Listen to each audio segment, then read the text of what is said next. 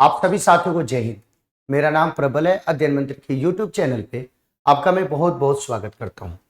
आप सब लोगों को पता है कि हम आप सब लोगों के लिए 7 बजे सुबह में लेकर के आते हैं सिलेक्शन सीरीज टीचिंग के एग्जाम्स के लिए। टीचिंग के एग्जाम्स के लिए एनसीईआरटी का हमेशा से एक बड़ा इंपॉर्टेंट रोल रहा है और उसी को ध्यान में रखते हुए हमने कम समय में काम की बात कि इस सीरीज के अंतर्गत, सिलेक्शन सीरीज के अंतर्गत हमने आप लोगों के लिए टॉपिक, आपके जो सीरीज शुरू किया है एनसीईआरटी टू द पॉइंट, जिसमें एक एक एनसीईआरटी के एक एक सब्जेक्ट का हम सब लोग एक एक चैप्टर को बहुत ही कम शब्दों में, बहुत ही शानदार तरीके से आपको एक्सप्लेन करने की कोशिश करते हैं। तो इस सीरीज के तहत हम लोग क्लास 6 की हम लोग पॉलिटी को, जो हमारा सामाजिक राजनीतिक जीवन है, उसके हम लोग चैप्टर नंबर 3 को आज हम लोग देखेंगे। 2 चैप्टर में आप सब लोगों को करा चुका हूं। आप लोग इस क्लास को जब देखिए तो बातों को समझने का प्रयास कीजिए, हिंदी इंग्लिश का बहाना छोड़ करके। बात समझ गए? बिल्कुल। और प्रॉपर तरीके से नोट्स बनाइएगा। और जितने भी लोग इस क्लास को रेगुलर बेसिस पे चाहते हैं, क्लास कंप्लीट हो जाने के बाद फीडबैक कमेंट में जरूर आप लोगों को लिखना है, जो भी आपका दिल कहता है इस सेशन के बारे में। और साथ ही साथ आंसर लास्ट क्वेश्चन का जो मैं होमवर्क देता हूं उसका कंपलसरी है। कम से कम डेली हजारों कमेंट आप लोगों के आने चाहिए, जो हमें इस बात को मजबूती के साथ आप लोगों के बीच में डेली इस सेशन को लेने के लिए मजबूर करें। आप लोग बिल्कुल भी लापरवाही मत कीजिएगा। चैनल को सब्सक्राइब करना, सेशन को लाइक करना। आज हम लोग चैप्टर जो पढ़ने जा रहे हैं, चैप्टर नंबर 3, वह है सरकार क्या है, व्हाट इज गवर्नमेंट। जैसे ही आपकी सरकार का नाम आपके आता है तो आप लोग को यह बात पता है कि सुबह से शाम, शाम से रात हम अपने जीवन में बार बार इस शब्द को सुनते रहते हैं। तो सरकार का काम क्या होता है भाई? कि सरकार निर्णय लेने का काम करती है, सरकार काम करने का काम करती है। किस प्रकार के काम? तो सरकार सभी प्रकार के काम, कानून बनाने के काम को, सामाजिक व्यवस्था को आपके अच्छे तरीके से सुचारू रूप से चले उसके लिए आपके काम करती है। संविधान की बातों को लागू करने की बात करें, या हमारे देश की जो अखंडता है वो कैसे आपके अक्षुण्ण रह के, हमारी एकता कैसे आपकी बनी रहे, भाईचारा हमारी कैसी बनी रहे, इन सब के लिए सरकार प्रयास करती है। जो गरीब हैं उनको कैसे आपकी आर्थिक मदद दी जाए, जो आपके समाज में पिछड़े हैं उनको कैसे मुख्य धारा में लाया जाए, ये सब के सब काम कौन करती है भाई? सरकार काम करती है। ये सारे के सारे काम को, तो सरकार के बारे में जब हम बात करते हैं तो सरकार के बहुत सारे काम हैं। वो आपके वेलफेयर से लेकर के, मेकिंग लॉ से लेकर के, उसको इंप्लीमेंट करने से लेकर के, व्यवस्था को बनाने से लेकर के, उन सब लोगों को आपके शामिल करने से लेकर के सुचारू तरीके से पूरी व्यवस्था को संचालन करने का काम, ये किसके ऊपर डिपेंड करता है? सरकार के ऊपर डिपेंड करता है। आपने बोला कि सर सही बात है, यानी सरकार को आपने देखा तो सरकार क्या करती है? तो कई तरीके के नियम बनाती है सरकार। उसके बाद सरकार कई तरीके के निर्णय लेती है। सरकार अपनी सीमा में रहने वाले लोगों पर उसको क्या करती है? लागू भी करती है। तो सरकार क्या करती है भाई? तो सरकार कई तरीके के आपके नियम बनाती है, सरकार कई तरीके के आपके निर्णय लेती है। जैसे नोटबंदी का निर्णय, जैसे आपकी जीएसटी लागू करने का निर्णय। नियम बनाने का मतलब है कि सरकार ने आपके नारी शक्ति वंदन अधिनियम के माध्यम से विमेन रिजर्वेशन के लिए आपके नियम बनाया, आपके अलग अलग तरीके की आपकी व्यवस्था बनी, और उसके बाद उसको लागू करता है। जैसे CAA बनाया और उसको क्या कर दिया भाई? लागू कर दिया। यहां पे तो सरकार ये सारे के सारे काम को करती है भाई। आपके मन में आएगा कि सर लेवल्स ऑफ गवर्नमेंट, सरकार के सर कितने आपके लेवल होते हैं? तो सरकार के 3 स्तर आप देख सकते हैं। सरकार के 3 स्तर देख सकते हैं आप। एकदम सबसे निचले लेवल पे देखोगे, उसको बोला जाता है लोकल गवर्नमेंट, यानी उसको क्या बोलते हैं भाई? तो उसको बोलते हैं स्थानीय सरकार कह करके एड्रेस करते हैं। फिर उसके बाद कौन सा हो जाता है? फिर उसके बाद हो जाता है स्टेट गवर्नमेंट। स्टेट गवर्नमेंट का मतलब क्या हो गया भाई? उसको हम लोग राज्य सरकार कह करके एड्रेस करते हैं। और सबसे ऊपर कौन सा हो जाता है? Central government. जो हम सेंट्रल गवर्नमेंट के बारे में बात करें, केंद्र सरकार, ये सारे के सारे अपनी कार्य जो क्षेत्राधिकार होता है उसमें रह करके, जैसे स्थानीय सरकार है तो लोकल इश्यूज के जो आपके सब्जेक्ट हैं उसके ऊपर काम करेगी। स्टेट वो स्पेसिफिक जो उसकी सीमा है, उसके क्षेत्र, उस सीमा में रहने वाले लोगों के लिए काम करेगी। और देश पूरे देश की सीमा में रहने वाले लोगों के ऊपर और उनसे रिलेटेड सारे काम को करने का काम ये केंद्र सरकार करेगी। अब आप लोगों को ये पता है कि हमारे देश में 2 जून 2014 को क्या हुआ भाई,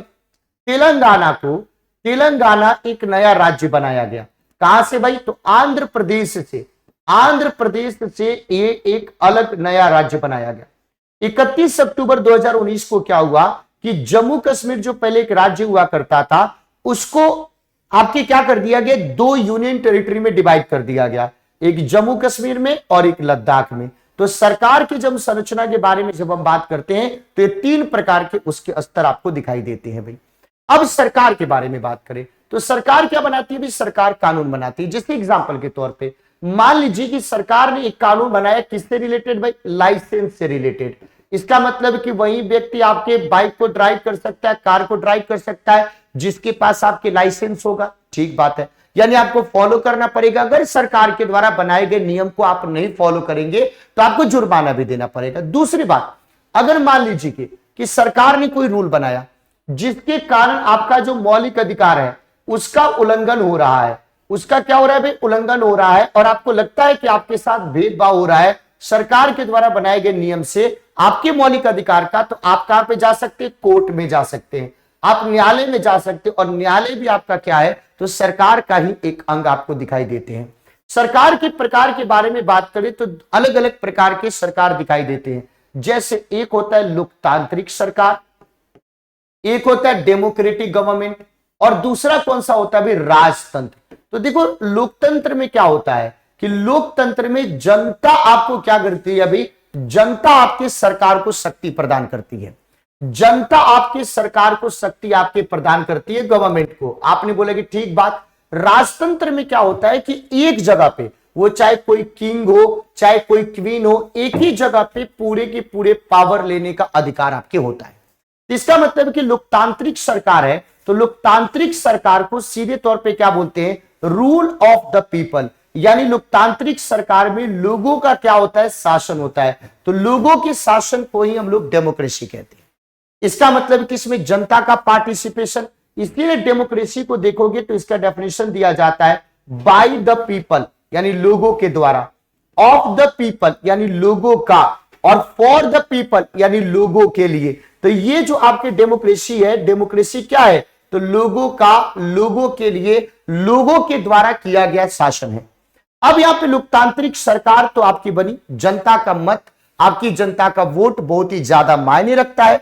अब आप याद कीजिए कि 1947 से पहले, 1947 से पहले, 1947 से पहले आप व्यवस्था देखेंगे तो हमारे देश में क्या सबको वोट देने का अधिकार था, नहीं था। सारे लोगों को वोट देने का अधिकार नहीं था। और इसी बात से चिंतित होकर के 1931 में, 1931 में यंग इंडिया पत्रिका में गांधी जी ने इस बात को कहा था कि मैं यह विचार बिल्कुल भी सहन नहीं कर सकता कि जिस आदमी के पास संपत्ति है वही वोट दे सकता है, लेकिन वह आदमी जिसके पास चरित्र है पर संपत्ति या शिक्षा है, शिक्षा नहीं है, वह वोट नहीं दे सकता है।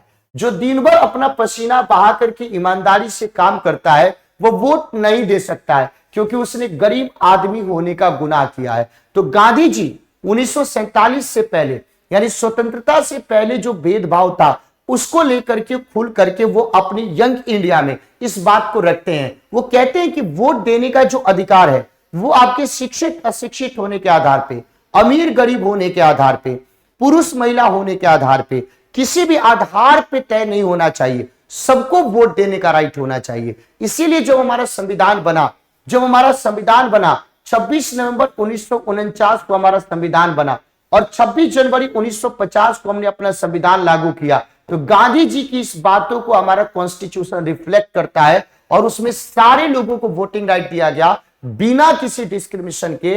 पहले 21 साल के लोगों को यह वोटिंग राइट मिला, बाद में इसको कम करके 18 साल कर दिया गया, यानी 18 साल या उससे ज्यादा का कोई भी व्यक्ति, भारत का नागरिक जो किसी भी समुदाय, किसी भी लिंग, किसी भी धर्म, किसी भी जाति, किसी भी चीज से बिलोंग करता है, वो आपके वोट दे सकता है। लेकिन ये भारत में तो हमने क्या किया कि भारत में हमने अपने संविधान को लागू होते ही कर दिया, लेकिन विश्व के बहुत ऐसे देश जो अपने आप को विकसित होने का दम भरते हैं, अगर उनके बारे में हम डिस्कशन करें तो उनके यहाँ पे महिलाओं को मताधिकार बहुत बाद में दिया गया, और वो भी महिलाओं को अपने अपने मताधिकार के लिए, वीमेन को अपने वोटिंग राइट के लिए क्या करना पड़ा, तो वीमेन को अपने वोटिंग राइट के लिए मूवमेंट करना पड़ा, जिस मूवमेंट को हम लोग क्या बोलते हैं, सफरेज मूवमेंट के नाम से जानते हैं। जिस मूवमेंट को हम लोग क्या बोलते हैं, सफरेज मूवमेंट के नाम से जानते हैं। तो सफरेज का मतलब क्या होता है, वोट देने का अधिकार। तो महिलाओं ने वोट देने के अधिकार के लिए आंदोलन चलाया, जिसको बोलते हैं सफरेज मूवमेंट, और उसी का परिणाम था कि 1920 में यूएसए में महिलाओं को मताधिकार मिला, और 1928 में आपको यूके में, ब्रिटेन में आपको महिलाओं का अधिकार मिला, जबकि अमेरिका 1776 में आजाद हो गया था। बात समझ गए आप सब लोग? तो ये पूरी की पूरी बातें क्लियर है। अब आप लोग ये वाला क्वेश्चन होमवर्क में करके आप लोग बताइएगा कि इसका सही, सभी भारतीयों को मतदान का अधिकार होना चाहिए, उनका सामाजिक आर्थिक स्तर कुछ भी हो। यह विचार किसके द्वारा आपके रखा गया था? सभी भारतीयों को मतदान का अधिकार होना चाहिए, उनका सामाजिक आर्थिक स्तर चाहे कुछ भी हो, यह विचार किसके द्वारा आपके रखा गया था? अगर आपसे क्वेश्चन पूछा जाए महात्मा गांधी, राजेंद्र प्रसाद, अंबेडकर जी और नेहरू जी, तो ये आपका होमवर्क है। आप सारे लोगों को, जो भी साथी सेशन को लगातार देख रहे हैं, कंटिन्यू चाहते हैं, तो सब लोगों को अपना फीडबैक दे करके अपना बताना है कि ये क्लास कैसे लगी, ये चैप्टर आपको समझ में आया कि नहीं। तो सारे लोगों का कमेंट फीडबैक में पढ़ता हूं और सब को मैं अपना प्यार देता हूं। आप सब लोग जरूर अपना बहुमूल्य फीडबैक जरूर दीजिएगा, आप सब लोगों का इंतजार रहेगा। ये सेशन अगर आपको अच्छा लग रहा है तो चैनल को सब्सक्राइब कीजिएगा, सेशन को लाइक करना और अपने ज्यादा से ज्यादा साथियों को आप लोग शेयर कीजिएगा। फिर मिलेंगे नेक्स्ट डे किसी और अगले चैप्टर के साथ, तब तक के लिए बहुत बहुत धन्यवाद। Thank you so much. जय हिंद साथी।